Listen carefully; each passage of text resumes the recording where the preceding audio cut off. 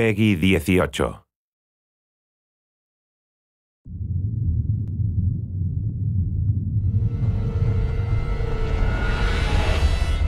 Hey everybody, Zachary Levi here in downtown San Diego at Comic-Con, more specifically at Nerd HQ, which is the epicenter of all things Tomb Raider.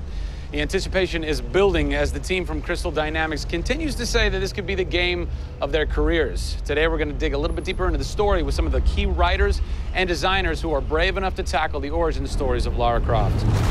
These are the final hours of Tomb Raider.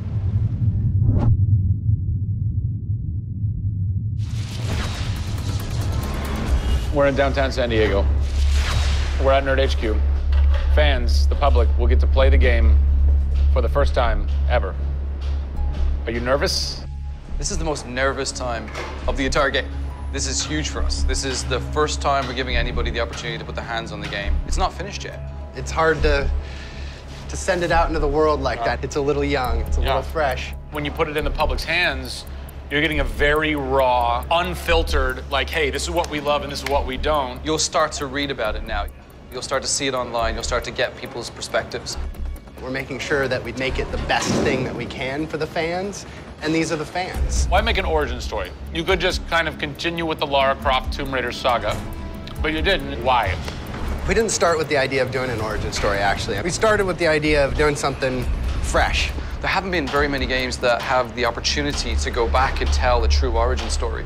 There is very few games like this. In the history of the Tomb Raider franchise, there has not been a female lead writer until now, Brianna Pratchett. For me, I didn't think of it like we needed a female writer to do that. Brianna just nailed it. Brianna Pratchett. Yep. Does it take a woman to know a woman? It probably helps, but I don't kind of think about it as much as everyone else does. I tend to think of myself as being a writer first. There is some of me in her, absolutely. She's very bookish, she's very in her head. I went to public school, I actually learned archery. Camilla did as well, I heard. We bring up our ladies properly. And I genuinely studied Egyptology. I wanted to be an Egyptologist. No way.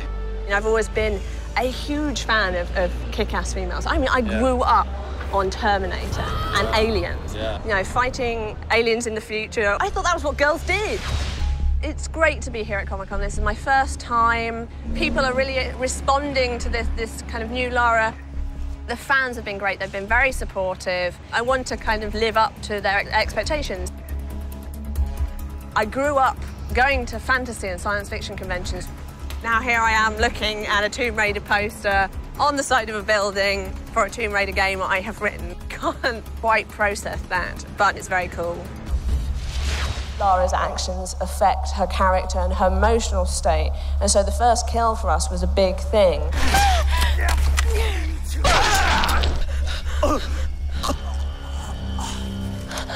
It's not comfortable to watch, and it shouldn't be. Oh, God! And it is about picking yourself up, despite the fact that you're scared. You can't have bravery without fear. In video games, you're kind of tweaking all the way down to delivery. Yeah. Blessing or curse. Games development can be quite harsh on narrative. You know, you can lose levels or characters. You have to be amazingly flexible. When is the script finally finished? You get insight when you see it through your audience's eyes. Yeah. So once the story gets to a point where we can start sharing with people, where we can start putting it on the screen, then we start to understand, are people getting from it what we want them to get from it? The feedback is that it's really fulfilling our primary goals of delivering a story that introduces people to a Lara Croft, but also just takes them on an amazing adventure.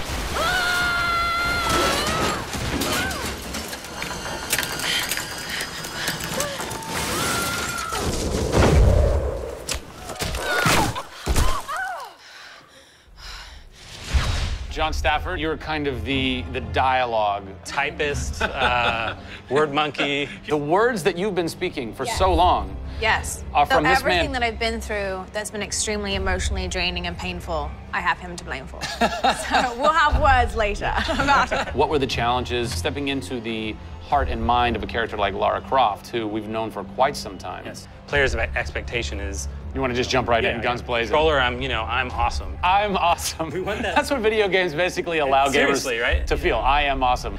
Challenge for me is to show her vulnerable. We're shipwrecked on an island inside the Dragon's Triangle. Still have a very playable game, but also show real emotional character. It's very difficult to do that in game. Please come and get me. You can do this, Laura. When you have really extreme circumstances, you have really extreme emotions. What the hell? Can't hide from me, outsider! It's all about her survival. She's basically willing to do whatever it takes. There's people trying to kill you. You know, things are really extreme. Listen, I'm gonna get you out of there. I promise. I promise. I didn't want any lines to sound gamey. There was a good collaboration of making sure that really that didn't happen. That's very difficult writing, you know? How do you write a line that isn't just like, I should go there? Yeah. You know? You know, I mean, that's... I bet there's something hidden in that crate. I want you to love this game in a way that really feels like the first time you played it, but do it in a way that people have never seen before. For me, it's crazy not to look at this as an opportunity to really start that dialogue. This is the game of our careers. This truly is the first time to sort of say, okay, this is it. Well, now that we know a bit more about what it takes to reimagine an icon from the ground up, we're headed east to go behind the sounds of Lara's journey, a journey that is heightened and shaped by cinematic score and sound design. I hope to see you on the next episode when we talk to who's behind what we're hearing in Tomb Raider.